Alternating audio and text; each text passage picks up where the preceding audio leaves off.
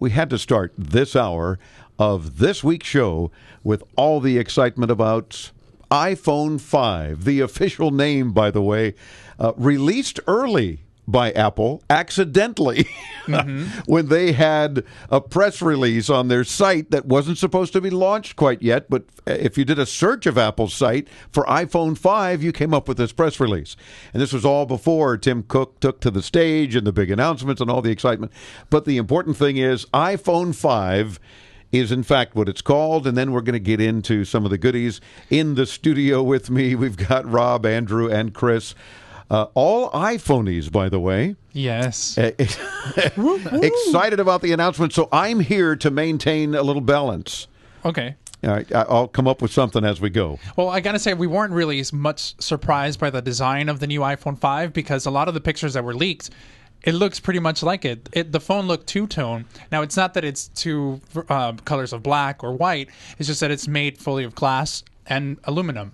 Well, so the outside. it gives it that, the outside. Because inside the guts are not just glass. So it does aluminum. kind of give that two-tone color to it, which I actually don't mind. I think it looks a lot better on the white version than the black. All right, but let's talk more than just aesthetics then for the iPhone 5. What has you guys pumped as iPhone users? Chris, what's the thing that jumped out at you that you said, gotta have it or not? Well, what's got me pumped and not in a good way is the same thing that I think a lot of other people are going to be upset about, and I know I am because it's going to cost me a lot more money if I were to upgrade, which I probably won't, is the new connector. Yeah, isn't that nice of them to have a new connector? Oh, and it's not a micro USB like every other phone on the planet.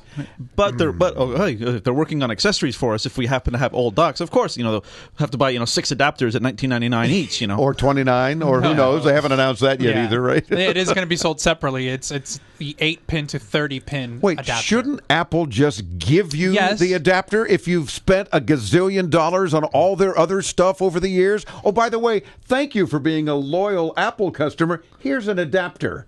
Yeah, so all of the stuff you spent a fortune on will continue to work. Yeah, not going to happen. But it's digital, and what I am excited about it is that you don't longer have to get a flashlight if you're in the bedroom, for instance, no lights on, and can determine how the dock connector gets plugged into your phone. I have to do that, but now you don't because it's a reversible connector. So it saves that Rob a flashlight. That's exciting. Well, not even a flashlight. I use my screen, the brightness of my screen. Yes, I get it. What about other stats that have you guys impressed? Certainly, you talk about a bigger screen. Yeah, of course, 4 inches. Right, they're saying is getting closer to the 16:9 aspect, so it's going to be a lot better. Not only for productivity, but for watching videos and movies and playing games. Yeah, still not as big a screen as my Galaxy S3. I just wanted to throw that out. No, but it's not. Everybody wants a bigger screen. Well, size does matter, and even the width. You can still hold it and use it with one hand. Yeah, they pretty much made the screen as big as they could without making the phone wider. It's taller, but not wider. Yeah.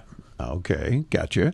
Other items that jumped out at you? They're billing it as the world's thinnest phone now.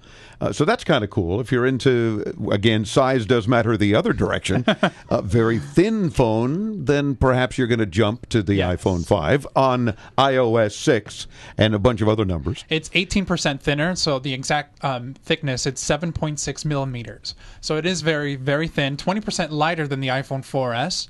The iPhone's always been pretty light, but I think if you can make it lighter than this, it's going to be awesome. Well, and certainly no surprise here. We've been speculating like everybody else that if this new iPhone, when it finally got announced, didn't have LTE, the next generation of cellular, then it would be really stupid.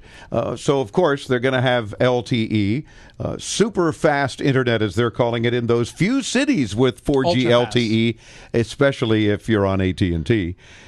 You'll have a whole 6 or 8 cities if you're lucky enough to live there, and in that portion of the city, you might be able to get LTE on this new phone. But Verizon certainly has a bigger footprint of overall LTE. And something that wasn't discussed, we have to think about the new data plans. I'm sure they're going to do something because with 4G LTE, remember when the HTC Evo came out, Sprint had to change, and even Verizon, with the new 4G LTE phones, they changed their data plans. So I imagine those that have unlimited plans may have to let that go at some point.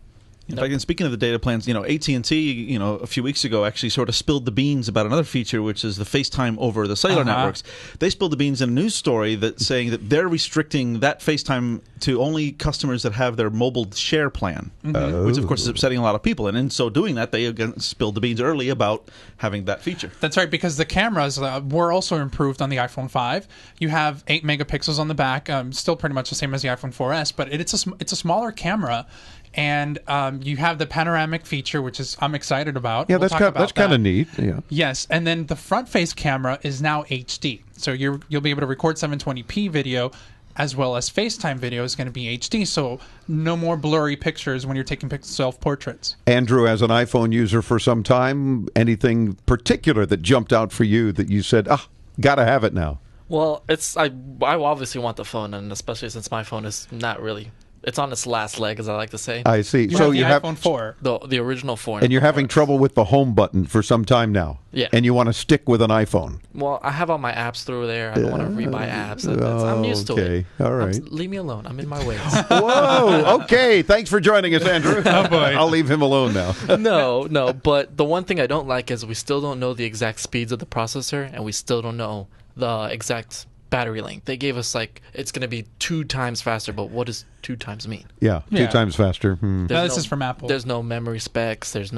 So as soon as I find a little bit more about the phone, I want to know. Being radio people, I was excited when they talked about enhanced audio, some other additional features there too, and in fact, quoting them, 3 mics built in, bottom, front, and back, beam forming for voice recognition, noise canceling improved, 5 transducer speaker, and a noise canceling earpiece. Yes. So some improved audio as well. And earpods. These are the old, the original Apple headphones that I'm wearing here in the studio, but now the new ones they've been redesigned, called earpods.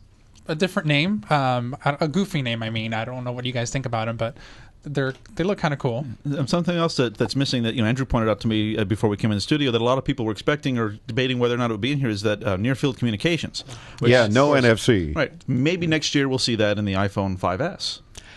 It could be. Or the iPhone 5. Of course, BS. the iPhone 5 BS could be as well. And of course, they're bringing in some things that Android's been doing for some time, like built-in integration for Facebook to make it easier for you to upload, especially Papa Robsy over here, your pictures and videos and status updates and things like that. We've been doing that on Android forever. Now, by the time our listeners hear our show this weekend, you can already pre-order it. They started Friday, September 14th, and then it'll start shipping September 21st, just in time for my birthday. So the iDork is very happy and excited. Very good. Well, there you go for the big Apple news. Of course, Tim Cook ending the Apple event by bringing out the Foo Fighters. So now you can fight Foo with your brand new iPhone 5. We'll have information about the new iPod Touch with a redesign, as well as the iPod Nano. I don't know if I'll be able to wear the Nano as my watch anymore because it's bigger now. So we'll have news for you at intotomorrow.com.